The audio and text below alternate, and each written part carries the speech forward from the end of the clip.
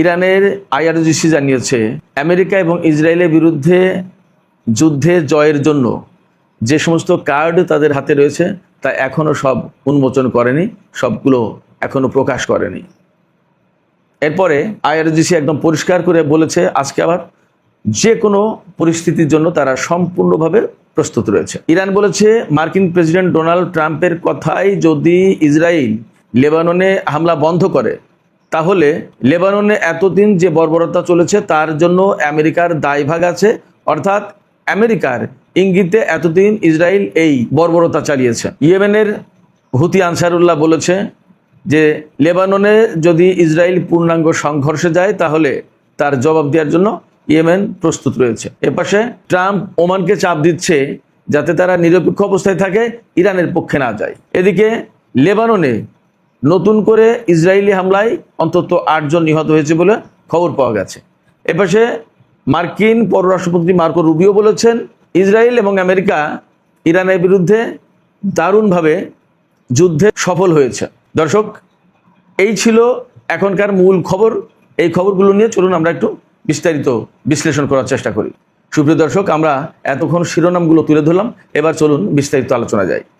সর্বপ্রথম ইরানের আইআরজিসি বলেছে যে কোনো পরিস্থিতির জন্য তারা প্রস্তুত রয়েছে। তার মানে হচ্ছে যে আমেরিকা এবং ইসরায়েল কিন্তু ইরানের বিরুদ্ধে যুদ্ধ করার জন্য তারা পায়তারা চালাচ্ছে। তারা বারবার চেষ্টা করছে যেভাবে হোক ইরানের বিরুদ্ধে একটা যুদ্ধ তাদের করা লাগবে। এই যুদ্ধ করার জন্য তারা কিন্তু একবার আগাচ্ছে, একবার পিছাচ্ছে, একবার পরিকল্পনা দিচ্ছে, আবার ইরানের প্রস্তুতি দেখে তারা কিন্তু পিছিয়ে যাচ্ছে। বাট ফ্যাক্ট হচ্ছে তারা ইরানের বিরুদ্ধে যুদ্ধ করতে চায়, কারণ যে সংকটে পড়েছে ইরানের সাথে যুদ্ধ করতে এসে যুদ্ধের ভেতর দিয়ে যদি তারা ইরানকে পরাজিত করতে না পারে তাহলে তাদের সেই ভাব মর্যাদা, তাদের যে অবস্থান, প্রভাব প্রতিপত্তি, এটা কোনো কিছুই আর উদ্ধার হয় না। একদম ডুবে গেছে তো ডুবেই থাকবে। এটাই আমেরিকা ইসরায়েল এটা খুব ভালো করে জানে, যার কারণে তারা যে কোনোভাবেই হোক তারা কিন্তু যুদ্ধ চাচ্ছে। আবার যুদ্ধ করতে আসলে বিপদ, এই জন্য তারা চুক্তির কথাও বলছে, লেবাননকেও মার দিচ্ছে, গাজায়ও মার দিচ্ছে, আবার টুকিটাকি মাঝে মাঝে ইরানের উপরেও হামলা চালাচ্ছে, আবার বলছে না না যুদ্ধবিরতি আছে, যুদ্ধবিরতি আছে। মানে খুবই চালাক চতুরতার সাথে এই কাজগুলো করছে যাতে ইরান পুরো দস্তুর যুদ্ধ না শুরু করে, এগুলোকে মার না দেওয়া শুরু করে, আবার এটাও যাতে না বোঝে যে যুদ্ধবিরতি তো নেই তাহলে শুরু করুক। তারা চোরাগুপ্তা হামলা চালাচ্ছে, ছোটখাটো হামলা চালাচ্ছে, আবার বলছে না যুদ্ধবিরতি ঠিক আছে। এর ভিতরে কিন্তু তারা ইরানের প্রস্তুতিটা, ইরানের মন মানসিকতা, ইরানের অবস্থানটা জানার বোঝার চেষ্টা করছে। এগুলো কিন্তু চালাকি।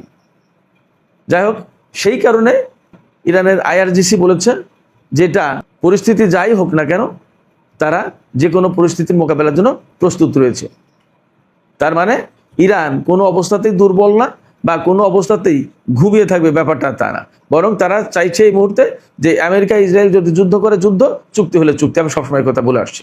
এপাশে ইরানের পক্ষ থেকে বলা হয়েছে যে এখনও ইরানের হাতে যে সমস্ত এই গেম বিজয়ের জন্য যে সমস্ত কার্ড লাগে, কার্ড মানে তাস খেলাকে কার্ড বলে না, কার্ড খেলা বলে, এই তাস, এই কার্ড যেগুলো আছে তার হাতে, যুদ্ধ বিজয়ের জন্য এমন কিছু কার্ড আছে ইরানের হাতে যে কার্ডগুলো এখনো উন্মোচন করা হয়নি, প্রকাশ্যে আনা হয়নি, মানুষ দেখেনি, কাউকে দেখানো হয়নি। ইরান এটা পরিষ্কার করে বলছে। কেন বলছে? ওই যে একটু আগেই বললাম, আমেরিকা এবং ইসরায়েল যেহেতু ইরানের বিরুদ্ধে হামলা চালাতে চায়, ইরানের বিরুদ্ধে যুদ্ধ করে ইরানকে পরাজিত করে বিশ্ববাসীকে দেখাতে চায় যে এখানে ইরান পরাজিত, আমেরিকা এবং ইসরায়েল বিজয়ী, এটা দেখাতে চায়। এই কারণে তারা ইরানের উপর হামলার ছক কষছে এবং ফাঁদে ফেলানোর চেষ্টা করছে, সাথে সাথে পরিকল্পনা করছে কিভাবে কোন ফাঁক ফোকর দিয়ে ঢুকে হামলাটা করা যায়। তো এই জায়গায় ইরান বলছে যে যদি আমেরিকা ইসরায়েল নতুন করে হামলা চালানোর চেষ্টা করে এবং যদি ইরানের বিরুদ্ধে যুদ্ধ করতে আসে তাহলে তারা এমন পরিস্থিতির মুখোমুখি হবে যেটা এর আগে কখনো তারা দেখেনি, শোনেনি, ভাবেওনি। একদম বিস্মিত তো হবেই। এবং এমন কিছু কার্ড আছে যে কার্ডগুলো আমরা আমেরিকা ইসরায়েলের বিরুদ্ধে আমরা বিজয়ী হওয়ার জন্য ব্যবহার করবো, সেটা এখন ব্যবহার করিনি, বেরই করিনি, প্রকাশ্যেই আনিনি। সেক্ষেত্রে ইরানের প্রস্তুতি, ইরানের শক্ত অবস্থান মোটামুটি আমাদের সামনে একদম ক্লিয়ার হয়। এপাশে লেবাননের হুতি আনসারুল্লাহরা বলছে যে ইসরায়েল এবং আমেরিকার ষড়যন্ত্রে যদি লেবাননের বিরুদ্ধে আবার নতুন করে বড় কোনো পূর্ণাঙ্গ যুদ্ধ শুরু করা হয় তাহলে তার জবাব দেওয়ার জন্য ইয়েমেন প্রস্তুত। অর্থাৎ আমরা কিন্তু একসময় জানি গাজায় যখন ইসরায়েল প্রচণ্ড রকমের হামলা চালাচ্ছিল তখন ইয়েমেন কিন্তু গাজার পক্ষে অবস্থান নিয়েছিল এবং দীর্ঘদিন ধরে ইসরায়েলের বিরুদ্ধে ক্ষেপণাস্ত্র ছুড়েছে। এপাশে লোহিত সাগর, বাব আল মানদেব প্রণালী, এই এলাকায় তারা কিন্তু ইসরায়েলের জাহাজ, আমেরিকার জাহাজ, ব্রিটেনের জাহাজ, ইসরায়েল অভিমুখী জাহাজ অর্থাৎ ইসরায়েলের দিকে যে জাহাজ যাচ্ছে সেইগুলো বা ইসরায়েল থেকে যে জাহাজ বেরিয়ে আসে সেগুলোর উপর হামলা চালানোর চেষ্টা করেছে, হামলা করেছে। এবং লোহিত সাগর, বাব আল মানদেব প্রণালী, এডেন উপসাগর, এই এলাকাটাই ইসরায়েলের জন্য এক ধরনের মানে ভয়ঙ্কর একটা জায়গায় পরিণত করেছিল, যেখানে আসতে ইসরায়েল ভয় পেত। এরকম একটা পরিস্থিতি কিন্তু তৈরি হয়েছিল। সেই ইয়েমেন এখন বলছে যে যদি ইসরায়েল লেবাননে পূর্ণাঙ্গ যুদ্ধ শুরু করে তাহলে ইয়েমেন তার জবাব দেওয়ার জন্য প্রস্তুত রয়েছে। এবার সে আরেকটা গুরুত্বপূর্ণ খবর আছে। আমরা সবাই জানি গতকাল মার্কিন প্রেসিডেন্ট ডোনাল্ড ট্রাম্প ইসরায়েলের প্রধানমন্ত্রী বেনিয়ামিন নেতানিয়াহুর বিরুদ্ধে ব্যাপক গালিগালাজ বকাবকি করেছে এবং অশ্রাব্য ভাষায় বলেছে। এমন এক রকমের খোঁটা দিয়েছে যে আমি যদি আপনার পাশে না থাকতাম তাহলে তো আপনি আজকে জেলে থাকতেন। সেক্ষেত্রে আমি কথা বলে আপনি শুনবেন না কেন? আপনাকে বলেছি আমি লেবাননের যুদ্ধ থামান, আপনি হামলা চালাবেন না। তারপরে হামলা থামিয়েছে। পরে আবার নেতানিয়াহু কিন্তু বলেছে আমরা আপাতত হামলা থামালাম, কিন্তু প্রয়োজন হলে আমরা আবার হামলা শুরু করব। এবং আজকে নতুন করে হামলায় 8 জন নিহত হয়েছে, সে খবর কিন্তু এসছে, আমরা পাচ্ছি। তো এই যে ডোনাল্ড ট্রাম্পের কথায় নেতানিয়াহু যে যুদ্ধ বন্ধ করলো লেবাননে গতকালকে, তা না হলে ইরান হামলা চালাবে বলেছিল, হুমকি দিয়েছিল। যার কারণে ডোনাল্ড ট্রাম্প নেতানিয়াহুকে মানে যার পর নাই ব্যস্ততার সাথে, দ্রুততার সাথে নেতানিয়াহুকে ফোন দিয়েছে এবং হামলা থামানোর কথা বলেছে। ইরান এখানে বলছে যে নেতানিয়াহু যদি ডোনাল্ড ট্রাম্পের কথায় হামলা থামায় তাহলে এতদিন লেবাননে যে বর্বরতা চালিয়েছে ইসরায়েল, সেই বর্বরতা চালানোর জন্য আমেরিকা ইসরায়েলকে উস্কানি দিয়েছে, আশকারা দিয়েছে, সাপোর্ট দিয়েছে, যার কারণে ইসরায়েল এই রকম বর্বরতা চালানোর সুযোগ পেয়েছে বা সাহস পেয়েছে। আর যেহেতু আমেরিকার উস্কানিতে বা সাপোর্টে ইসরায়েল লেবাননে এইরকম বর্বরতা চালিয়েছে, সেই জন্য এর দায়ভাগ আমেরিকাকে নিতে হবে এবং আমেরিকা এর জন্য অবশ্যই দায়ী।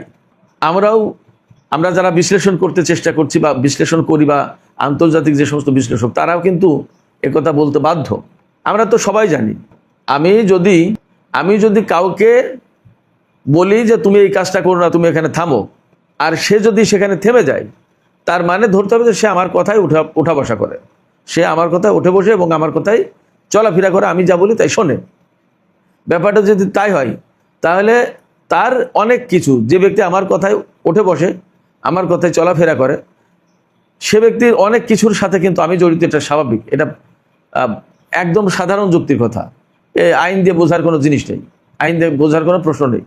তো যখন আমার কথায় কেউ যদি ওঠা বসা করে, চলাফেরা করে, তাহলে তার কর্মকাণ্ডে দায়িত্ব যেহেতু আমার, অতএব আমি দোষিত।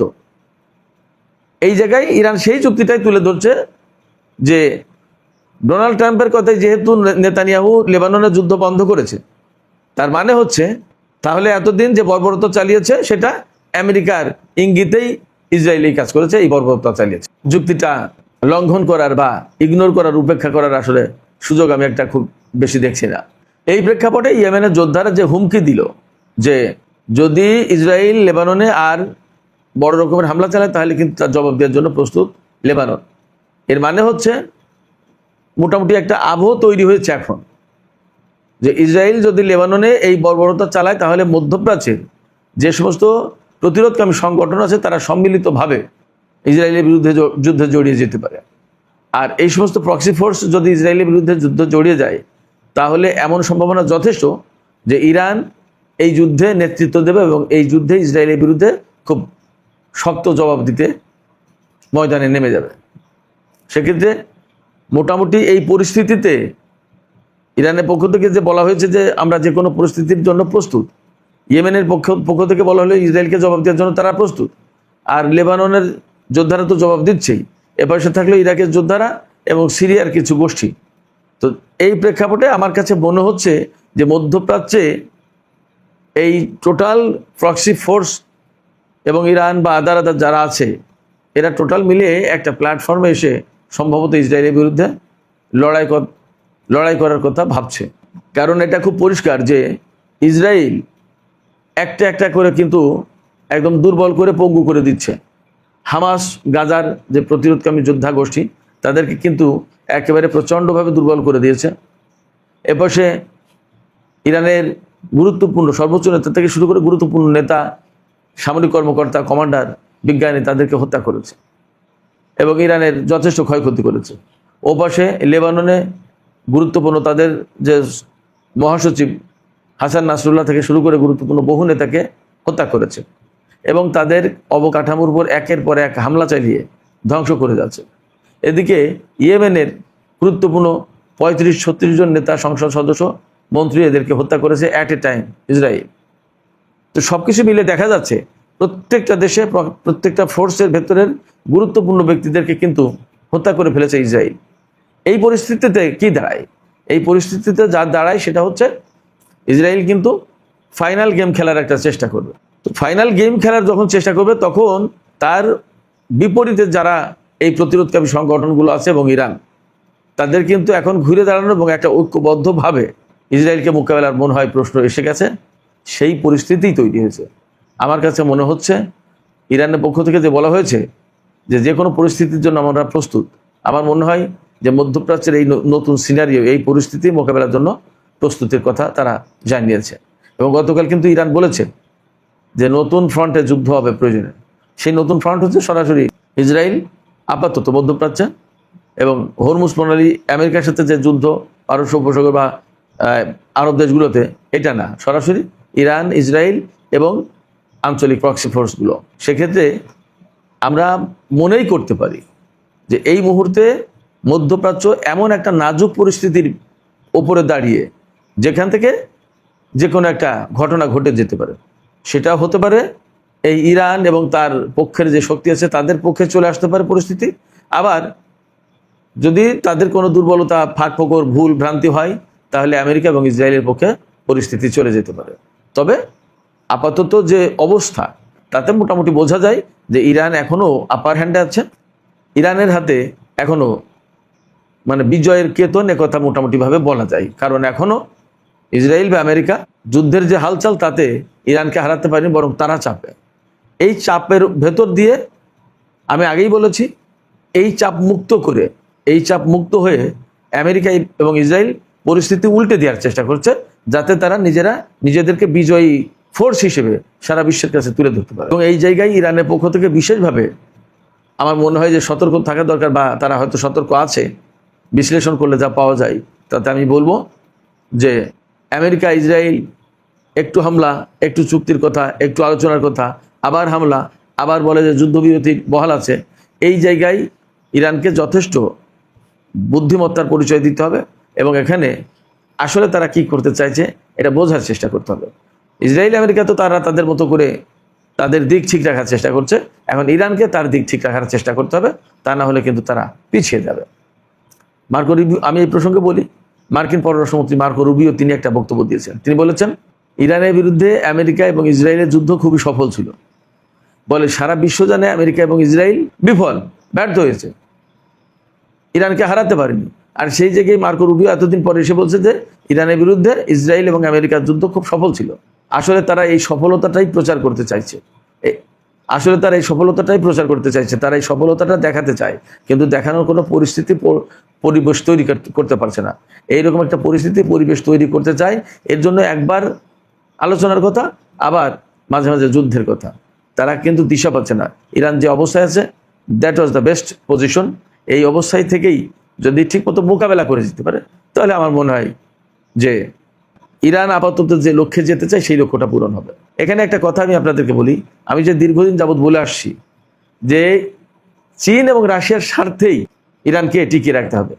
আজকে দেখলাম একটা লেখায় যে ব্রাজিলের খুব বিখ্যাত একজন প্রফেসর, পলিটিক্যাল সায়েন্স বা ইন্টারন্যাশনাল রিলেশনস মনে হয় বিশ্লেষণ করে, এই প্রফেসর পেপ তিনি বলেছেন যে চীন এবং রাশিয়া তাদের প্রয়োজনেই ইরানকে টিকিয়ে রাখবে এবং ইরানকে সাপোর্ট দিতে হবে। ভালো লাগলো এই যে আমি একটা সাধারণ ক্ষুদ্র মানুষ, আমি যে বিশ্লেষণ এতদিন আমার মতো করে আসছিলাম, এখন দেখছি আন্তর্জাতিক বড় বড় বিশ্লেষকও সেই কথাই বলছেন। তাতে বুঝলাম যে না, যা বলেছি মনে হয় খুব খারাপ বলিনি, ঠিকই আছে। তো যাই হোক, সুপ্রিয় দর্শক, আমি এখনকার আলোচনা এখানে শেষ করতে চাই। তো যে পরিস্থিতি, তাতে কি আপনাদের মনে হচ্ছে যে আসলে চুক্তির আড়ালে আমেরিকা বারবার ইরানের বিরুদ্ধে যুদ্ধেরই ছক কষছে, কিন্তু সুযোগ করে কুল পাচ্ছে না বলে এই যুদ্ধটা করতে পারছে না, কিন্তু সুযোগ পেলে ঠিকই বড় রকমের হামলা চালাবে এবং যুদ্ধ করবে? আপনাদের কি এমনই মনে হচ্ছে, নাকি আপনারা ভিন্নভাবে দেখছেন বর্তমান প্রেক্ষাপটকে? আপনাদের মতামত কমেন্টে জানাতে পারেন। আর ভিডিও ভালো লাগলে লাইক, কমেন্ট, শেয়ার করবেন এবং চ্যানেলটি সাবস্ক্রাইব করে সাথেই থাকবেন। দর্শক, আপনাদের সবাইকে অনেক অনেক ধন্যবাদ। আল্লাহ হাফেজ।